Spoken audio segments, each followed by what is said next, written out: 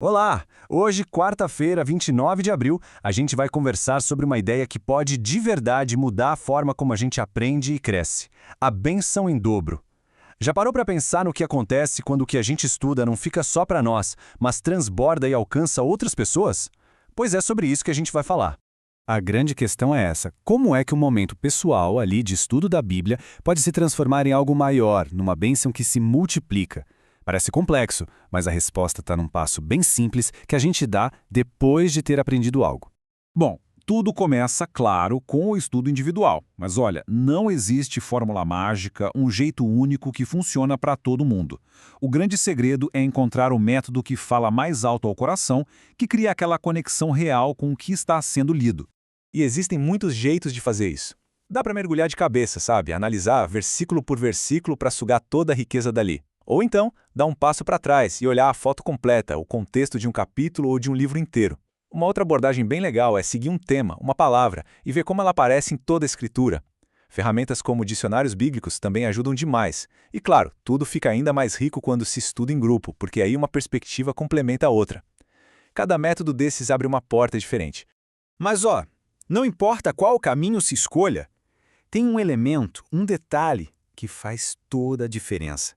É uma chave que potencializa tudo e abre a porta para um impacto muito, mas muito maior. Qual será essa chave? E aqui está ela, o poder da partilha. É exatamente nesse ponto que o estudo pessoal deixa de ser só pessoal e se transforma na tal da bênção em dobro. Uma ideia simples, né? Mas com efeito gigantesco. Então, vamos definir isso. O que é, na prática, a bênção em dobro? Pensa num ciclo que se alimenta. Quando a gente compartilha o que aprendeu, a primeira coisa que acontece é que aquele conhecimento gruda na nossa mente. E, ao mesmo tempo, a gente abençoa quem está ouvindo. Todo mundo sai ganhando. É uma via de mão dupla mesmo. E o mais legal é que tem uma explicação para isso. Quando a gente tenta explicar algo para outra pessoa, o nosso cérebro é forçado a colocar as ideias em ordem de um jeito lógico. Esse simples ato de falar, de verbalizar, fixa o conteúdo de uma forma que só ler muitas vezes não consegue.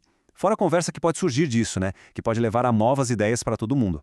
Mas isso é muito mais do que só uma técnica de memorização. Tem uma raiz espiritual muito profunda. O tempo que a gente dedica a aprender nos prepara, nos capacita para dar uma força para quem está perto da gente. E tem uma promessa lá no livro de Isaías que ilustra isso perfeitamente. E isso nos joga direto para uma pergunta muito importante. O que será que o profeta Isaías nos mostra sobre essa conexão entre o nosso tempo com Deus e a nossa capacidade de ser uma bênção na vida dos outros? O versículo diz assim, olha só: "O Senhor Deus me deu língua de eruditos para que eu saiba dizer boa palavra ao cansado. Ele me desperta todas as manhãs, desperta-me o ouvido para que eu ouça como os eruditos." O pulo do gato aqui é notar que o aprendizado, o ouvir como os eruditos, é o que nos capacita. Ele nos dá a ferramenta, a boa palavra para a gente poder fortalecer alguém que está cansado, desanimado. Ou seja, nosso estudo não é um fim em si mesmo, entende? É um preparo para servir. E essa disposição para servir não é um evento isolado, que acontece uma vez e pronto.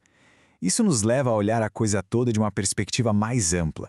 A vida espiritual não é uma corrida de 100 metros rasos. Ela está muito mais para uma maratona.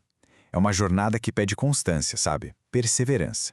Essa analogia da maratona é muito boa. A ideia é continuar firme com os olhos no alvo final. Se por acaso o ritmo diminuir em algum momento, o mais importante é não desistir. É respirar fundo, fazer os ajustes, voltar para o tempo de estudo, de oração, que é o que nos dá fôlego para continuar correndo. E aqui a gente chega no coração de tudo isso. O estudo, os métodos, a partilha. Tudo isso são ferramentas. Ferramentas para um objetivo muito maior. O alvo final não é o acúmulo de conhecimento, e sim o aprofundamento de um relacionamento. O Evangelho de João define isso de um jeito muito forte. E a vida eterna é esta, que conheçam a Ti, o único Deus verdadeiro, e a Jesus Cristo a quem enviaste. Presta atenção nisso. A vida eterna não é definida como um lugar ou um período de tempo, mas como um conhecimento, um relacionamento. A decisão de, todo dia, buscar essa conexão é o que realmente nos transforma. E para fechar, fica uma pergunta para a gente levar e refletir. Depois de tudo isso que a gente conversou, a questão se torna bem prática. Com quem seria possível começar esse ciclo da bênção em dobro ainda hoje? Partilhar uma coisinha que foi aprendida pode ser o primeiro passo. Um passo que pode transformar não só o nosso dia, mas o dia de outra pessoa também.